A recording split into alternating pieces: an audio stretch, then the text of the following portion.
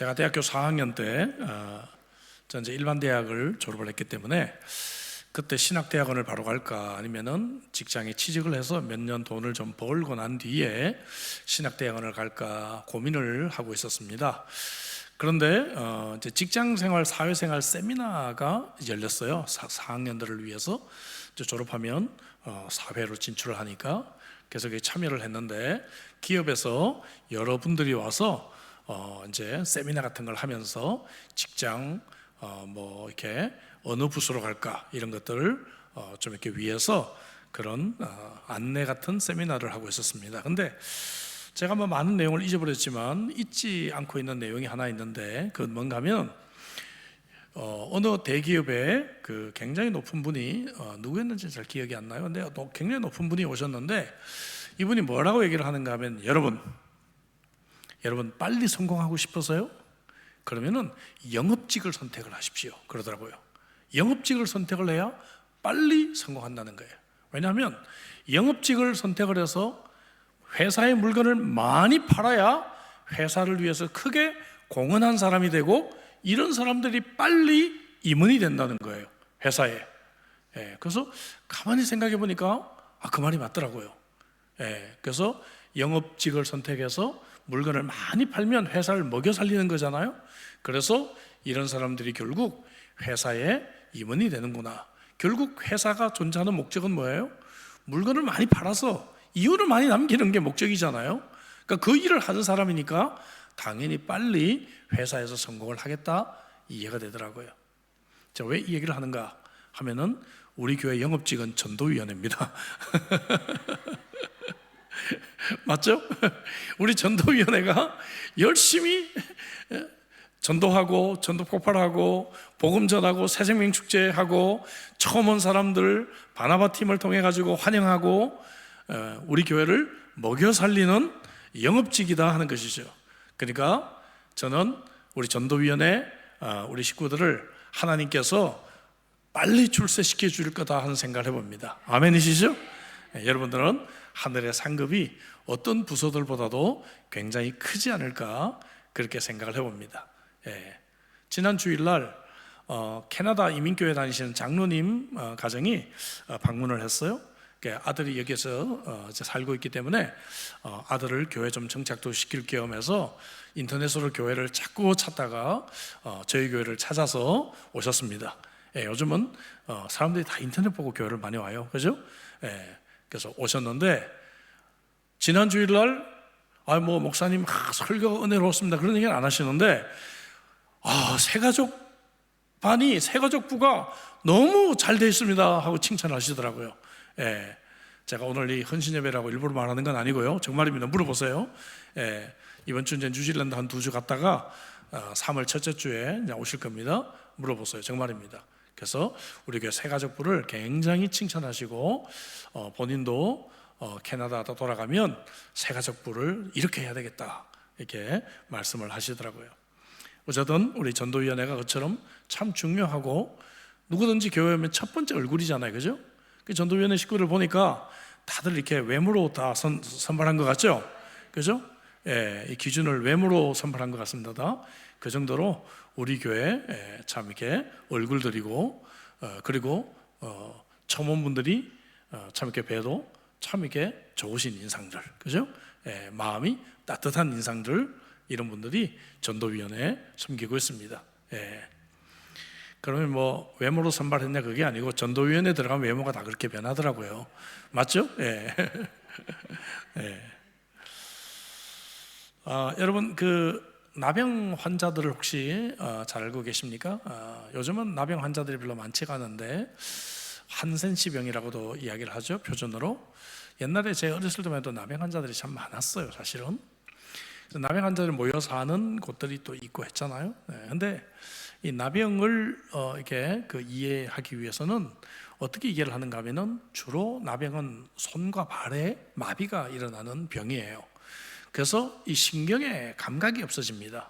그래서 문제는 뭔가 하면 뜨거운 거 이런 것들을 그냥 집었다가 손가락이 그냥 큰 화상을 입고 잘라내야 되고, 그러면은 이 손과 발이 정상이 아니에요, 나병 환자들이. 물론 이제 코라든지 뭐 이런데 이제 문제가 생기는 분도 계시긴 한데 주로 손과 발에 그런 문제가 생깁니다. 유명한 크리스천 의사 중에 폴 브랜드라는 사람이 있어요. 이 사람이 쓴 정말 그 역사의 기록에 남을 만한 책 Fearfully Wonderfully Made라는 책이 있습니다. 한국말로도 번역이 됐어요. Fearfully Wonderfully Made. 의사가 정말 이 우리의 인간의 몸을 하나님이 얼마나 신비롭게 만들었는지에 대해서 정말 이렇게 크리스찬의 관점에서 쓰고 있는 참 멋진 책입니다. 이 폴 브랜드가 이 수백만 달러를 동원을 하고 수백 명의 사람들을 동원해서 연구를 했습니다. 이 나병 환자들을 돕기 위해서. 그 연구는 뭔가 하면은 신경계통에서 뭔가 이상의 그러한 문제가 감지될 때 신호를 보내는 것이요. 자기가 못 느끼니까 뭔가 불이 반짝인다라든지 혹은 뭔가 소리를 낸다든지 해서 이 신경이 뭔가 이렇게 반응을 할 수 있도록 실험을 했는데 결국에는 실패하고 말았습니다. 왜 그런가? 어느 정도 위험한 것이 위험한 것인가? 그 기준을 선정하기가 불가능했다라고 얘기를 합니다.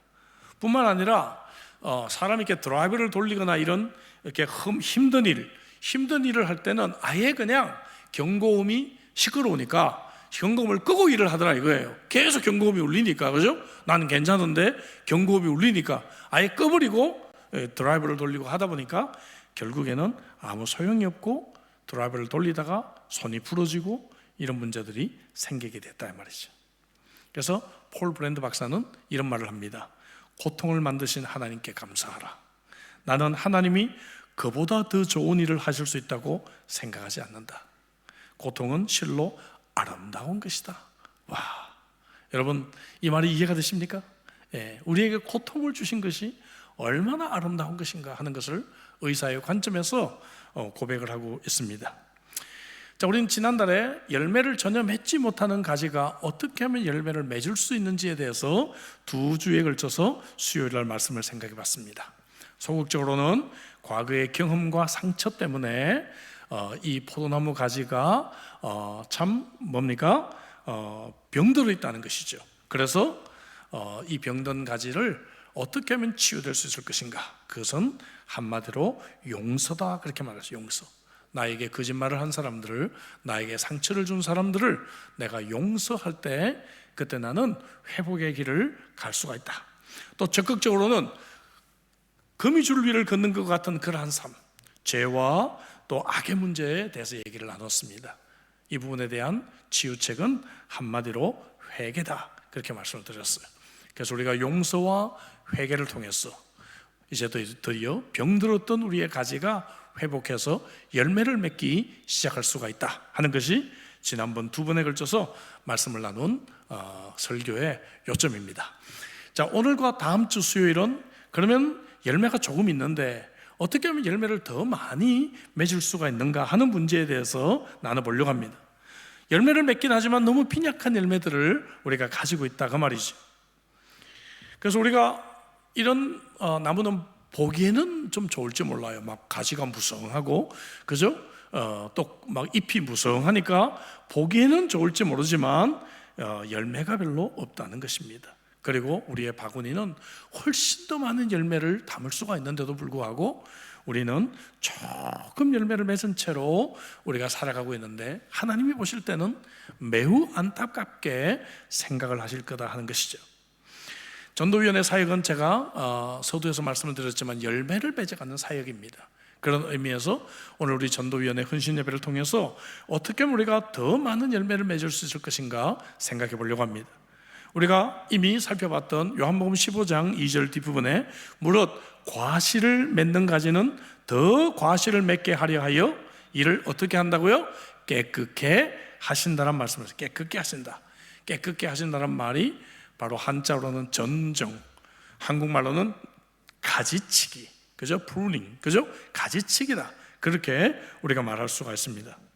과실을 더 많이 맺게 하려고 하나님께서는 어떤 전략을 쓰시는가 하면은 우리의 생각하는 정반대로 잘라내고 작게 한다고 말이죠. 우리는 막 문어발처럼 가지가 막 더 많이 늘어나고 잎이 막 더 많아지면 풍성한 열매가 맺을 것 같은데, 하나님은 우리의 생각과 반대로 이 가지들을 잘라내 버리신다 하는 것입니다. 하나님은 우리의 미성숙한 삶을 잘라내시고 우리의 중요하지 않은 삶의 모습을 잘라버리시고, 이렇게 하면서 우리가 더 많은 열매를 맺을 수 있도록 우리가 인생의 무엇인가에 포커스를 맞춰서 살아가도록 하나님께서 하시는 일이 바로 이 가지치기 작업이다 하는 것입니다. 포도나무가 무성하게 자라는 성향이 있습니다. 포도나무는 자꾸 뻗어가요. 그죠? 담을 타고 가기도 하고. 그래서 이 포도나무는 많은 분량의 가지들을 실제로 잘라주지 않으면 포도의 많은 영양분이 가지로 가버리고 열매가 맺어지지 않는다는 것을 보게 됩니다. 멀리서 보면 무성한 멋진 포도나무 같지만 가까이 가서 보면 영양분이 엉뚱한 데로 가서 정말로 맺어야 될 과실은 너무나 빈약하다 하는 것을 우리가 보게 되는 것입니다. 그래서 이 가지를 깨끗하게 잘라주는 이 가지치기, 그죠? 이 작업은 풍성한 수확을 맺기 위해서는 농부의 가장 중요한 임무였다는 것을 우리가 알게 됩니다. 자, 이번에도 두 가지로 생각해 보려고 합니다. 오늘은 좀 소극적인 접근, 다음 주에는 좀 더 적극적인 접근으로 나가 보려고 해요.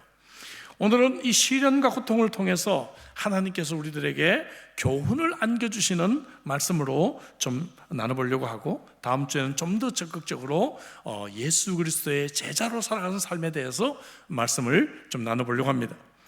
자, 오늘 저와 여러분들이 읽은 시편은 시편 61편 다윗의 시편입니다. 아마도 이 시편은 다윗이 자기의 아들 압살롬이 반역을 했을 때 큰 인생에서 고난 속에서 피시를 하고 난 뒤에 썼던 그런 시편이 아닌가, 그렇게 생각이 들어지고 있습니다. 그래서 그는 내 마음이 약해질 때 이렇게 시작하고 있어요. 내 마음이 약해질 때. 옛날 성경은 내 마음이 눌릴 때 이렇게 번역을 했는데, 옛날 성경이 보다 더 원어에 가까운 번역입니다. 그런데 내 마음이 눌린다 하니까 오늘 현대인들이 좀 이해하기가 어려워서 내 마음이 약해질 때 이렇게 번역을 한 것 같아요. 그러나 원래 이 원어적인 의미는 무거운 것이 위로부터 떨어져 가지고 내 가슴을 막 꽉 짓누르고 있는 상태, 그런 상태를 말하는 표현입니다. 여러분 그럴 때가 있죠? 인생을 살다 보면 뭔가가 너무 무거운 것이 내 가슴에 막 이렇게 얹혀져 가지고 내 가슴을 막 너무너무 짓누르고 있어요. 그래서 막 숨조차 쉬기 어려운 그런 상황을 만날 때가 있다 그 말이지. 다윗이 바로 그러한 상황이었어요. 다윗은 궁금했습니다. 하나님, 제가 무슨 잘못을 했길래 저에게 이런 고통을 말려내 또 허락하십니까? 하나님, 내가 아무리 생각해도 내가 하나님 앞에서 크게 범죄한 것이 없는데 왜 내가 이런 고통을 또 다시 겪어야 됩니까? 라고 그의 마음에는 큰 근심이 있었던 것 같아요.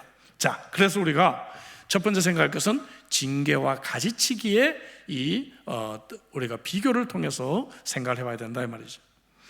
가지치기가 우리를 잘라내고 그러면은 상처가 생기는 것이라면 우리가 지난번에 생각했던 징계와 어떤 차이가 있을까 하는 고민이 우리에게 찾아온다는 것이죠. 목적이 달라요. 목적이. 자, 징계와 가지치기의 이 비교 도표를 한번 보겠습니다. 자, 어떻게 알 수 있는가? 징계도 고통이 찾아오고 가지치기도 고통이 찾아와요. 처음 금방 알 수 있어요, 없어요? 금방 잘 몰라요. 근데 왜 일어났는가? 징계는 내가 뭔가 하나님 앞에서 지은 죄가 있기 때문에, 내가 뭔가 잘못했기 때문에 이 징계가 일어나요. 알겠죠? 그러나 가지치기는 내가 뭔가 잘하고 있기 때문에 오히려 가지치기가 생겨날 수 있다는 것이에요. 알겠죠? 여러분 공부 안 할 때는 막 놀다가 공부를 좀 열심히 하려고 하다 보면 뭔가 내가 놀 시간이 없고 쇼핑할 시간이 없고 막 이렇게 생기게 되잖아요. 그죠? 내가 재미있는 것들을 좀 끊어야 되잖아요. 그런 것처럼 뭔가 내가 오히려 잘 되고 있을 때 이 가지치기가 찾아올 수 있다는 것입니다. 내가 잘 못 될 때는 가지치기보다는 징계의 단계를 우리가 경험하게 되는 경우가 많다는 것입니다. 말씀한 대로 징계는 열매가 없을 때 생겨나게 되고 가지치기는 열매를 더 맺기 위해서 생겨나게 되는 것입니다. 그래서 이 징계를 우리가 경험할 때는 죄를 버려야 되지만 가지치기는 내 자아, 나 중심적인 신앙생활, 죄라고는 할 수 없지만, 그죠? 그래도 나 중심적인 그러한 삶을 보려야 된다는 것이죠. 그래서 제가 다음 주 수요일은 예수 그리스도를 따라가는 좀 더 적극적인 제자에 대해서 말씀을 할 것이다라고 이미 예고를 했습니다. 자, 어떤 느낌을 가져야 되는가? 내가 징계를 당할 때는 나에게 죄책감이 찾아와요. 그죠? 슬픔이 찾아옵니다. 내가 지은 죄 때문에 이런 징계를 주시는구나. 다윗이 밧세바와의 사건 이후로 밧세바가 임신한 아들이 죽을 때 다윗은 하나님 앞에 회개하면서 뭡니까? 큰 죄책감 속에서 그가 큰 슬픔을 가지게 됩니다.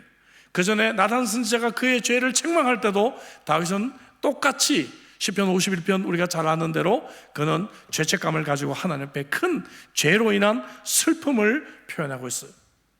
이건 우리가 지난주에 생각해봤던 말씀, 지난번에.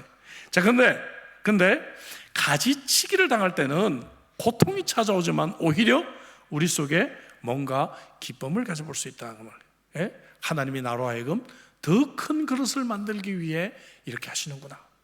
하나님께서 이 가지치기를 통해서 나에게 더 멋진 인생을 원하시는구나. 그죠? 그래서 안도감과 신뢰감을 우리가 가져볼 수가 있다는 것입니다. 조금씩 이해가 되시죠? 예. 그러면 말씀한 대로 올바른 반응은 징계를 당했을 때는 우리가 회개를 해야 되지만 repentance, 그죠? 그러나 우리가 가지치기를 당하고 있을 때는 obedience, 하나님께 순종을 해야 된다 하는 것입니다. 언제 멈추는가? 징계는 우리가 죄를 멈추고 하나님 앞에 회개하고 돌아왔을 때 하나님은 이 징계를 멈추십니다. 가지치기는 언제 멈춰요? 하나님께서 계획하셨던 그 일이 마쳐질 때, 그 일은 뭘까요? 나를 준비시키고 나를 성숙시키시려고 했던 플랜이 어느 정도 컴플리트 될 때 하나님은 이 가지치기 작업을 끝내신다 이거예요. 됐다, 이 정도 가지치면 됐다, 이제 너는, 그러시면서 하나님께서 이 일을 멈추신다는 것을 보게 됩니다. 그러면 목사님, 그래도 나는 징계인지 가지치기인지 잘 모르겠어요 하는 분들이 많이 계십니다. 그럴 때는요, 하나님께 깨닫게 해달라고 기도하시기 바랍니다. 아셨죠? 여러분들이 어떤 어려움 속에 있을 때 이런 기도를 할 필요가 있어요. 하나님, 제가 아무리 생각해봐도 제가 하나님 앞에서 큰 잘못을 무엇을 했는지 잘 모르겠어요. 하나님, 이 고통이 내가 알지 못하는 죄로부터 온 것이라면 하나님 깨닫게 해주세요. 그렇게 기도하십시오. 근데 그렇게 기도를 해도 깨달아지지가 않아. 예? 그러면 뭡니까? 가지치기일 가능성이 크다 생각하시고 여러분들이 안심하시고 가지치기로 생각하면 됩니다. 그냥. 왜 제가 이렇게 자신 있게 말하는가 하면, 하나님은 여러분들이 회개하기 위해서 내 죄를 깨닫게 해달라고 기도할 때 하나님은 반드시, 하나님은 그 기도는 응답하십니다. 예, 반드시 응답하십니다. 예, 100% 제가 보장합니다. 예, 응답의 방법은 여러 가지가 되겠죠. 성경을 읽다가도 깨닫게 되고, 설교를 듣다가도 맞다, 내가 저거 놓치고 내가 저거 지금 잘못하고 있는 건데 까마득하게 잊고 있었다. 설교를 듣다가도 깨닫게 하시고, 아내나 남편을 통해서, 부모님을 통해서도 깨닫게 되고, 교우들을 통해서도 깨닫게 되고, 예? 우리가 뭡니까? 정말 이 제자훈련 간증을 하는 교우의 간증을 들으면서도 깨달을 수가 있고, 이런 여러 가지 방법을 통해서 하나님은 반드시 그 기도에는 응답하십니다. 그러니까 여러분들이 그렇게 간절하게 기도했는데도 불구하고 내가 어떤 특별한 잘못을 내가 잘 모르겠어, 알겠죠? 그럴 때는 하나님이 내게 징계로 이런 고난을 주시는 것이 아니라 가지치기를 하고 계시는 것일 것이다.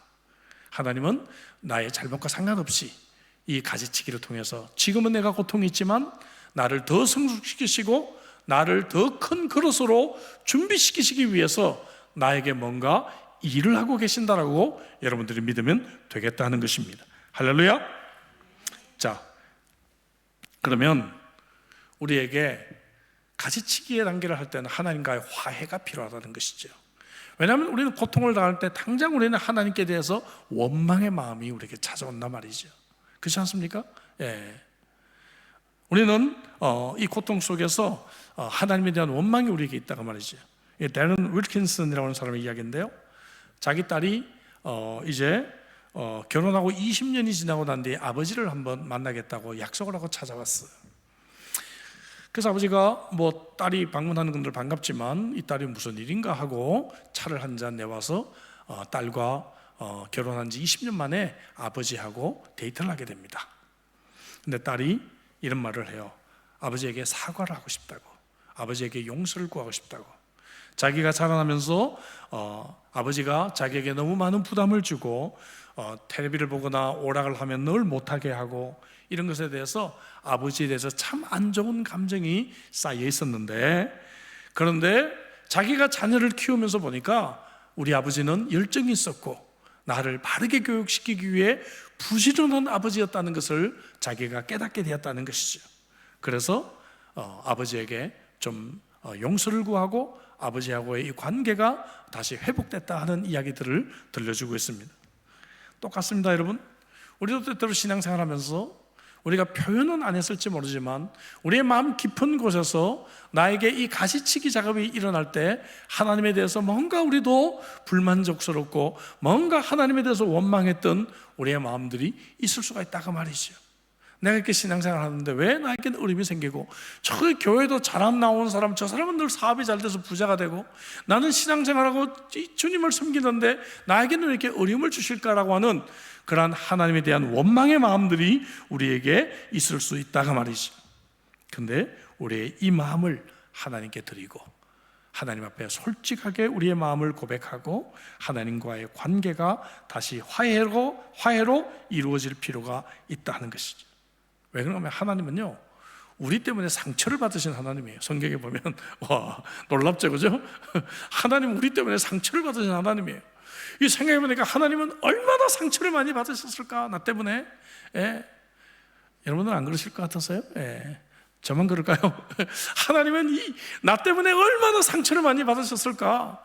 에베소서 4장 30절인가요? 하나님의 성령을 근심하게 하지 말라, 그런 말씀 있잖아요, 그죠? 얼마나 하나님이 나 때문에 걱정하고 상처받고 하셨을까, 그런 생각을 해보게 됩니다. 하나님과 이런 화해가 이루어져야 됩니다. 자, 두 번째, 가시적인 고난의 시간이에요. 이 고난을 지날 때 우리가 어떻게 해야 할 것인가? 그것은 오늘 이 본문을 보면 다윗은 하나님께 철저하게 의존하고 있다는 것을 보게 된다는 것이죠. 2절부터 4절 볼까요? 내 마음이 약해질 때에 땅끝에서부터 주께 부르짖으오리니 나보다 높은 바위에 나를 인도하소서.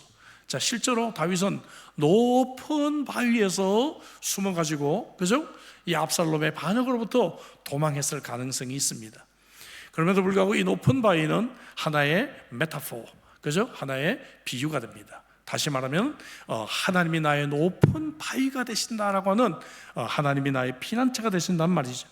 그래서 3절부터는 구체적으로 네 가지를 언급하고 있어요. 3절 볼까요? 주는 나의 피난처시요, 첫째. 두 번째는 원수를 피하는 견고한 망대이심입니다. 내가 영원히 주의 장막에 머물며 내가 주의 날개 아래로 피하리다. 이렇게 네 가지를 설명하고 있습니다. 하나님은 나의 무엇보다도 피난처가 되신다. 하나님은 나의 레퓨지다, 피난처. 당시에 무슨 일이 생기면 광야로 사람들이 많이 도망을 갔어요. 여러분, 호주에 무슨 일이 생기면 어디로 도망가실 것 같아서요? 블루마운틴? 블루마운틴? 근데 이 이스라엘은 광야로 사람들이 많이 도망갔어요. 광야로. 알겠죠? 그러니까 이 광야에 있는 다윗도 옛날에 엔게디 동굴 같은데, 그죠? 이런 데 들어가서 숨었다 그런 것이죠. 인생에서 우리가 피난처가 필요한 시기가 찾아옵니다. 예수님을 안 믿는 사람은 피난처가 없어요. 그러니까 시드니의 유명한 그러한 관광지 혹은 비치, 룩아웃 이런 데 가면 라이프라인 광고가 꼭 있죠. 라이프라인, 그죠? There's always a help. 그러면서 전화하라고, 라이프라인에 여기서 뛰어내려서 자살하지 말고 전화하라고, 그런 간판들이 꼭 있습니다. 예수님을 안 믿는 사람은 피할 곳이 없으니까. 피할 곳이 없으니까. 얼마나 많은 연예인들이 20몇 살에 자살하고 막 그럽니까, 그죠? 예수를 안 믿는 사람은, 하나님을 안 믿는 사람은 피난처가 없어요. 그러나 우리는 하나님이 나의 피난처이신 줄로 믿습니다. 하나님은 우리의 레퓨지예요. 하나님께 피신하면 돼요. 친구들이 나를 불링하고, 친구들이 나를 정말 그렇게 못살게 굴고, 사람들이 나를 욕하고 나를 인정하지 않아도 괜찮아요. 하나님께 우리는 피하면 된다, 그 말이죠. 예. 또 두 번째는 망대, 스트롱 타워죠. 그죠? 망대는 이곳에서 이제 적들이 오는지를 쭉 보면서, 그죠? 그 높은 곳에 숨어 있는 곳입니다.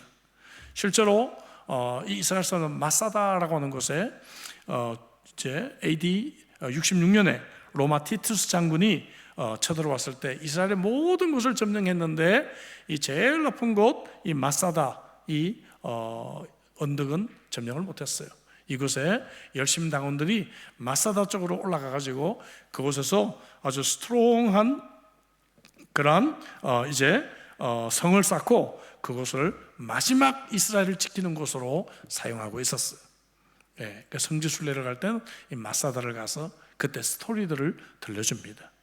그래서 로마의 티투스 장군이 참 이 전략이 있는 장군이었어요. 역사 읽어보면 이 사람이 어떻게 이 마사다를 점령하는가 하면은 유대인들을 노예로 데리고 와서 마사다로 올라가는 길을 딱 씁니다. 그러면 같은 유대인은 못 죽이잖아요, 그죠? 유대인은 못 죽이니까 유대인들 노예가 마사다로 올라오는 길을 만들고 있는 것을 보고 있을 수밖에 없는 거예요. 예? 이방인들이 길 닦을 때 막 죽였다가, 그러니까 길이 다 완성이 돼버리고 마는 거예요. 그래서 이제 로마의 군대가 마사다로 진격하기 전날 저녁에 티투스 장군과 이 열심당원의 대표가 회의를 합니다. 티투스 장군이 말합니다. 내일 우리가 올라가서 공격을 할 거다. 그러니 너희들이 내일 아침까지 항복을 하면 목숨은 살려줄 것이다 라고 최후의 이제 노티스를 주는 거죠. 이 얘기를 듣고 이 열심당원 대표들이 이제 마사다로 언덕에 다시 집으로 돌아와서 각 패밀리 대표들을 모아서 내일이면 로마의 군대가 와서 우리를 점령할 텐데 우리가 어떻게 할 것인가 고민을 하다가 명예로운 죽음을 죽자. 그래가지고 이제 각 가정의 가장들이 집으로 돌아가서 아내와 자식들을 모두 칼로 찔러 죽이고, 그 다음에 회당에 모여서 그곳에서 이제 이 대표가 나머지 이제 가장들을 칼로 찔러 죽이고, 마지막에 이 대표가 자결을 하는 것으로 이제 매듭을 짓습니다. 다음 날 티투스 장군이 마사다로 진격을 했는데 조용합니다. 다 죽어 있는 것을 발견하게 됐죠. 근데 어떻게 알게 됐는가, 이런 스토리를 그 중에 차마 자기의 가족을 죽이지 못했던 어떤 패밀리의 식구들이 살아남아서 이 스토리를 전해주었다고 합니다. 여기까지는 뭐 정확한지 모르겠어요. 어쨌든 그렇게 전해지고 있어요, 역사가들이. 이런 여러분 언덕의 망루, 이런 것들이 바로 하나님이 나의 망루가 되신다 하는 것이죠. 내가 지금 아무런 대책이 없고 내가 아무리 살아갈 방법이 없어도 하나님이 나의 망루가 되시는 줄로 믿습니다, 여러분. 예. 저는 이민생활을 37년을 해왔는데 초창기 역사들을 제가 설교 시간에 조금씩 말씀을 드렸지만, 정말 하나님이 나의 피난처요, 하나님이 나의 망루가 되시지 않았다면 저는 여기까지 결코 올 수가 없는 어려운 이민생활을 저는 했습니다.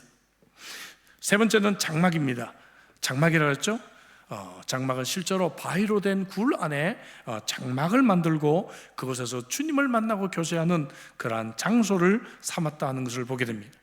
여러분, 세상이 아무리 힘들고 내게 어떤 고통이 찾아와도 주님과 만나는 바로 그 교제의 시간과 장소만 있다면 우리는 이 고난을 이겨낼 수 있을 것이라고 믿습니다. 네 번째, 날개다 했어요. 날개. 어미새의 날개 아래에 있는 이 아기 새들의 모습, 얼마나 여러분 평화로워요. 안식과 위로가 주어진다 하는 것을 보게 되죠. 오늘도 여러분 힘들게 하루를 살아오고, 오늘도 여러 가지 근심과 염려를 가지고 이 자리에 내가 왔다 할지라도 주님이 날개로 우리들을 덮어주시는 줄로 믿습니다. 아멘이시죠? 주님의 날개를 이 시간에 한번 느껴보시기 바랍니다. 주님의 그 날개가 저와 여러분들을 품고 있다는 것을 우리가 깨닫게 되죠. 윌리엄 커싱이라는 목사님이 계셨어요. 이 사람은 유명한 설교가였어요.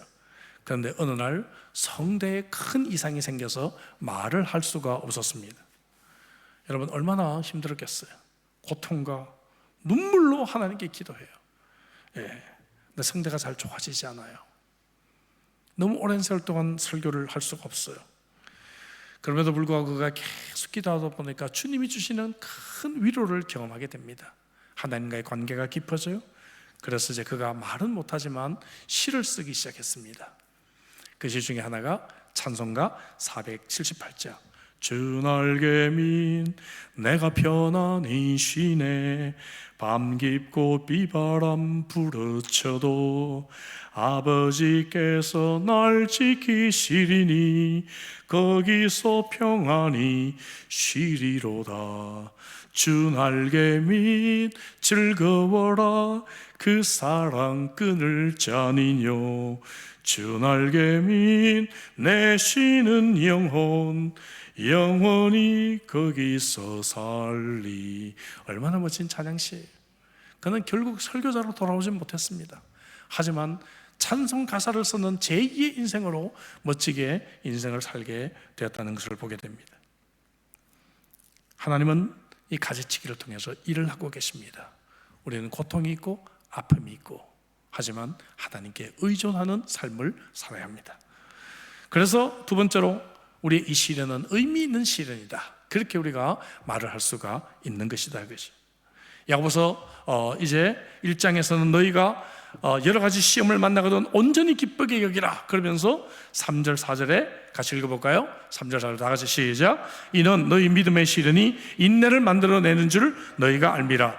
인내를 온전히 이루라. 이는 너희로 온전하고 구비하여 조금도 부족함이 없게 하려 함이라. 아멘. 그러니까 이 고난 속에서 이 시련이 나를 온전하게 하고 잘 이키핑 한다고 말이죠. 잘 우리를 준비시켜 준다고 말이죠. 그죠? 여러분, 이 고난이 우리를 그렇게 준비시켜 주는 줄로 믿습니다. 저는 대학 입시에 실패하고 한 4년을 별거를 다 해봤어요. 돈이 없었기 때문에 별걸 다 해봤습니다. 막노동도 많이 해봤고요. 그러다 보니까 호주 휴가 가가지고 이거 뭐 청소하는 거 이거는 일도 아니야, 일도 아니에요. 예? 그래서 방학 동안에는 하루에 16시간씩 청소해요. 16시간씩. 왜냐하면 막노동까지 해봤으니까 대학교 때. 그래서 제가 이런 얘기를 하잖아요. 젊은이들한테.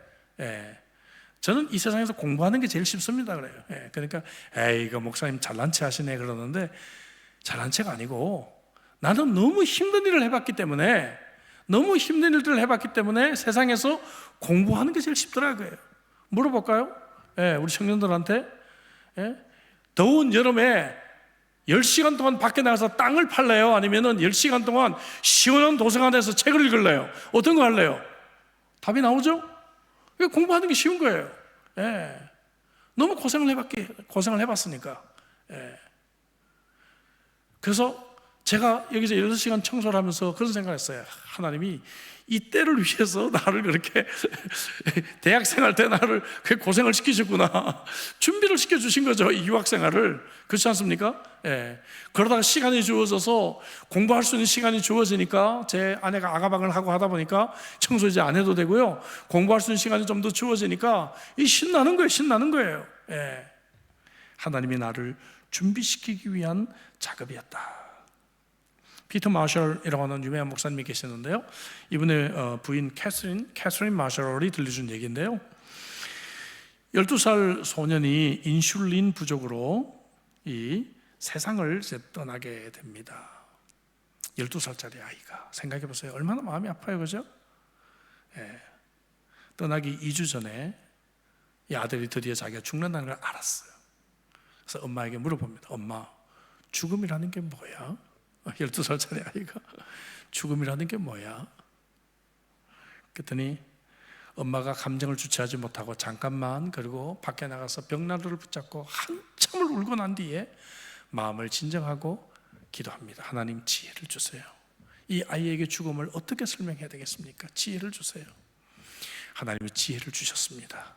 이 아이에게 돌아와서, 네가 축구하고 어느 날 엄마 아빠 침대에서 그냥 퍼져서 잘 때가 있었지. 근데 아빠가 너를 번쩍 들어가지고 네 방 침대에다 옮겨놔서 그 다음날 아침에 눈을 떠보니까 네 방의 침대에서 일어난 적이 있지. 그렇다고 죽음도 마찬가지야.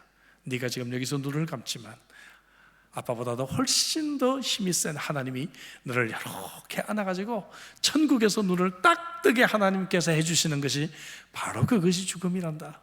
이렇게 설명을 했다고 합니다. 여러분, 우리 인생에 참 이유를 알 수 없는 고난이 찾아올 때도 있어요. 하지만 그 고난에는 분명히 의미가 있을 것이다. 욥도 23장 10절에서 그러나 내가 가는 길을 그가 아시나니 그가 나를 단련하신 후에는 내가 정금같이 순금같이 나오리라 고백을 했다는 것이죠. 그래서 결론적으로 우리는 이 가지치기를 통해서 우선순위의 변화가 우리들에게 주어져야 된다는 것입니다. 그죠? 이것이 바로 가지치기예요. 가장 핵심이 이 우선순위의 변화는 우리의 가치관의 변화를 의미하는 것입니다. 내가 어디에 가치를 가지고 있는가, 이게 바뀐다는 것이죠. 다윗도 이런 가치관의 변화가 찾아와요. 6절 7절 주께서 왕에게 장수하게 하사 그의 나라가 여러 대에 미치게 하시리이다. 이 말은 뭐예요? 내가 남은 인생 동안 오랫동안 왕으로서 제대로 살아보겠습니다, 이렇게 생각하는 거죠. 7절에 보니까 그가 영원히 하나님 앞에 거주하리니 인자와 진리를 예비하사 그를 보호하소서. 정말 하나님이 원하시는 그러한 성품대로 내가 인생을 살아가겠습니다 라고 하는 가치관의 변화를 가져오게 된다 이거죠.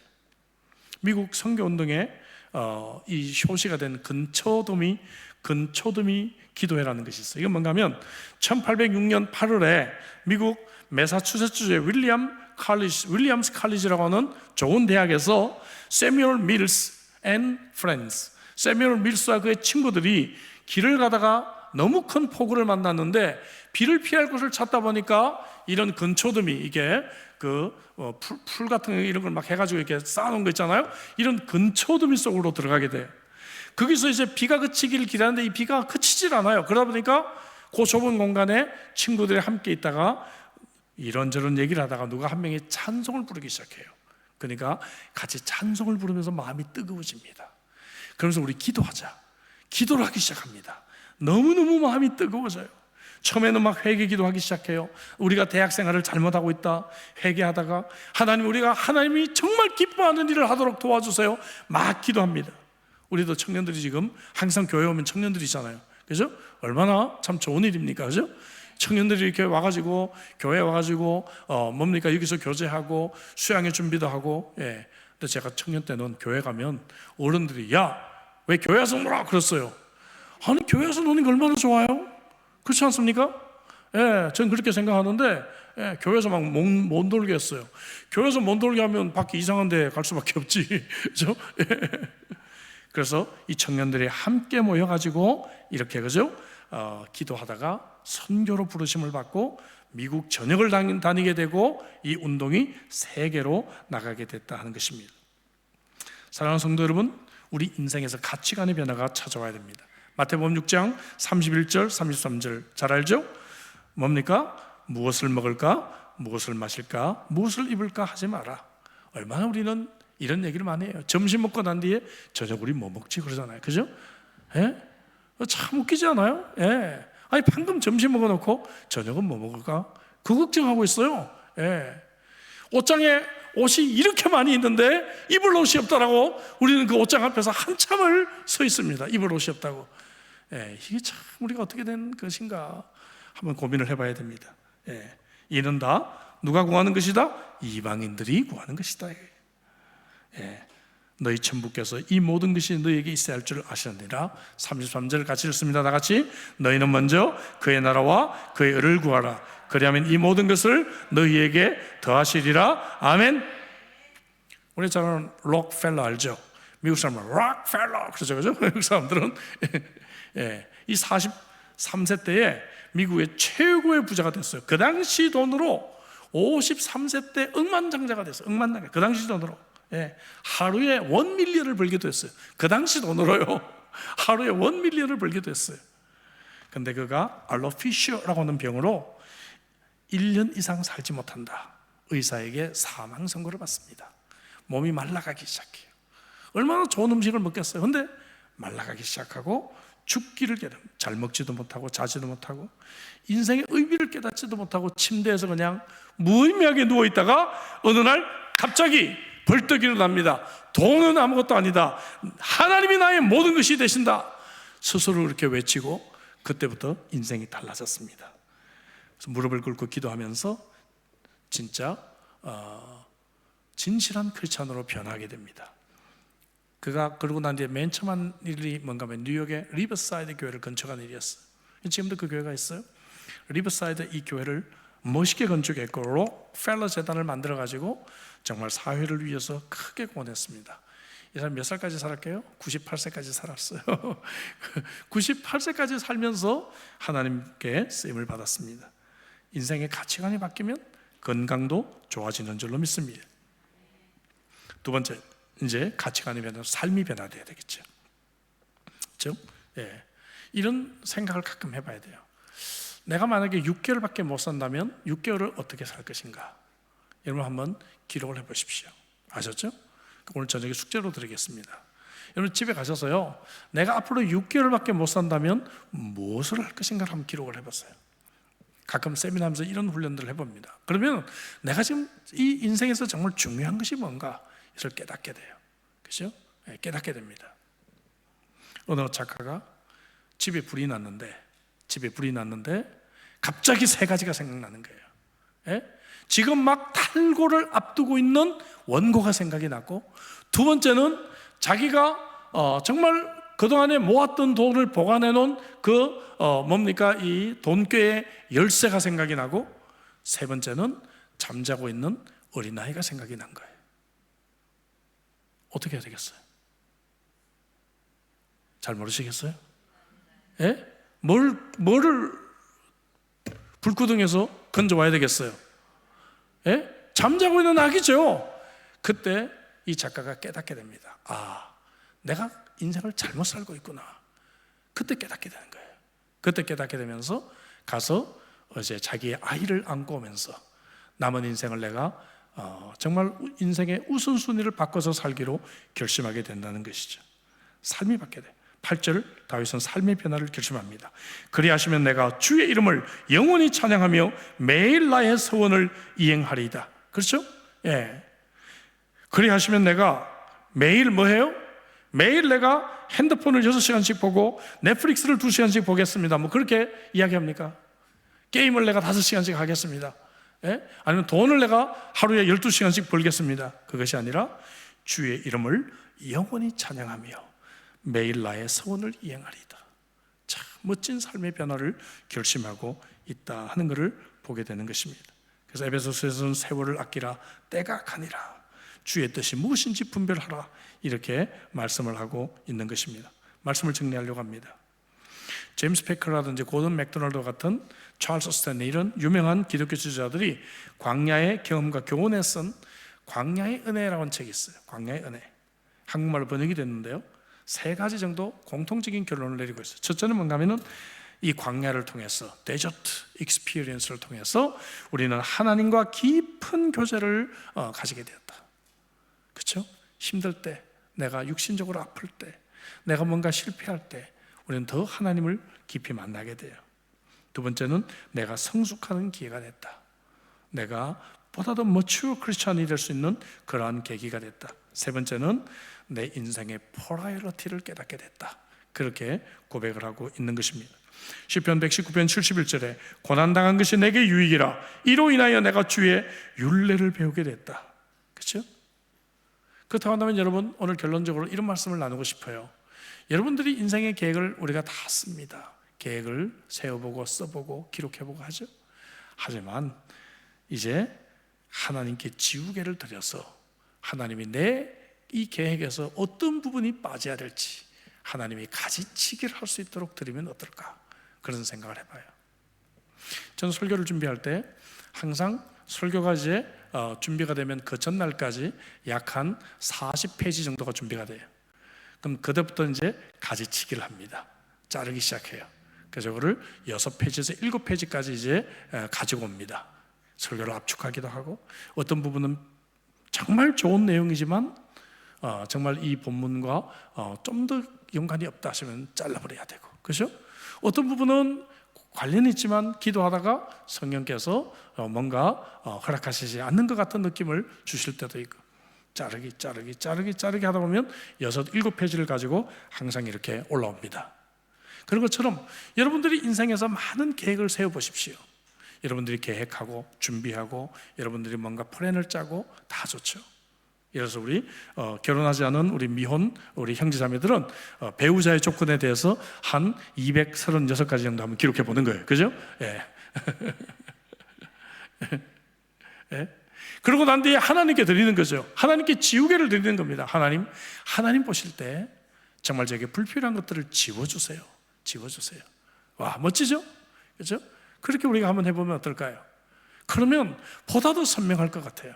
보다 더 하나님이 지우개로 나의 불필요한 부분들을, 우선순위가 아닌 부분들을 지워주시고 6, 7페이지로 됐다, 가지치기 다 했다, 이제 자 이거 가지고 이제 살아보라, 이렇게 하나님이 해주시는 그러한 은혜를 여러분들이 누리면 훨씬 더 많은 열매들을 우리가 맺어가지 않을까, 그렇게 생각을 합니다. 오늘 헌신 예배드리는 우리 전도위원회 위원들이 그런 인생 사시길 바랍니다.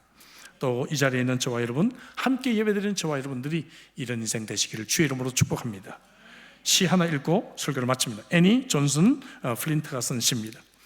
칼이 닿는 것을 느끼는 것은 열매를 맺는 가지라네.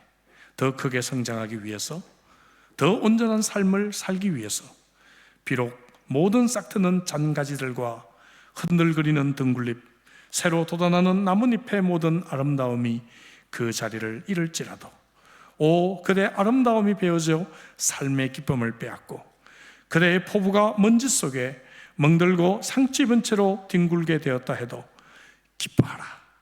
그대의 모든 바람과 꿈, 그리고 희망이 무너지고 사라져감을, 이걸 기뻐하라는 거예요. 그것이야말로 사랑의 하나님의 손길이라네. 가장 부드러운 손길로 칼을 잡고 자르고 떼어버리는 하나님은 이제까지 열매 맺은 당신의 삶이 더 많은 열매를 맺도록 해 주시리. 참 멋진 시죠? 오늘 설교와 어울리는 시입니다. 기도하시겠습니다. 주신 말씀 가지고 우리 한번 기도하도록 하시죠. 조금 이제 성숙한 설교를 오늘 했습니다. 그렇죠? 하나님의 가지치기가 우리 삶 속에서 이루어지는 것을 얘기를 했어요. 고통이 있습니다. 아픕니다. 아쉽습니다. 저는요, 어떤 분이 이 골프채를 팔아버리는 그 모습을 한번 본 적이 있어요. 저희 교회는 아닌데요, 골프채를 팔아버릴 때요, 저한테 그러더라고요. 목사님, 손이 너무 많이 떨렸어요, 그러더라고요. 손이 너무 많이 떨렸어요, 그러더라고요. 그렇게 아꼈던 골프채인데 하나님께서 가지치기를 하신다는 걸 깨닫고 그것을 과감하게 팔아버리더라고요. 근데 그러더라고요. 손이 너무 떨렸다 그러더라고요. 그걸 파는데. 아마 하나님께서 우리에게 뭔가 가지치기를 하시려고 칼을 들고 오실 때가 있으실 것 같아요. 그때 하나님께 순종할 수만 있다면 우리는 훨씬 더 성숙한 그리스도인, 훨씬 더 많은 열매를 맺는 그리스도인이 될 것입니다. 오늘 주신 말씀 가지고 우리 한번 그런 인생을 살 수 있기를 위해 한번 기도하시겠습니다.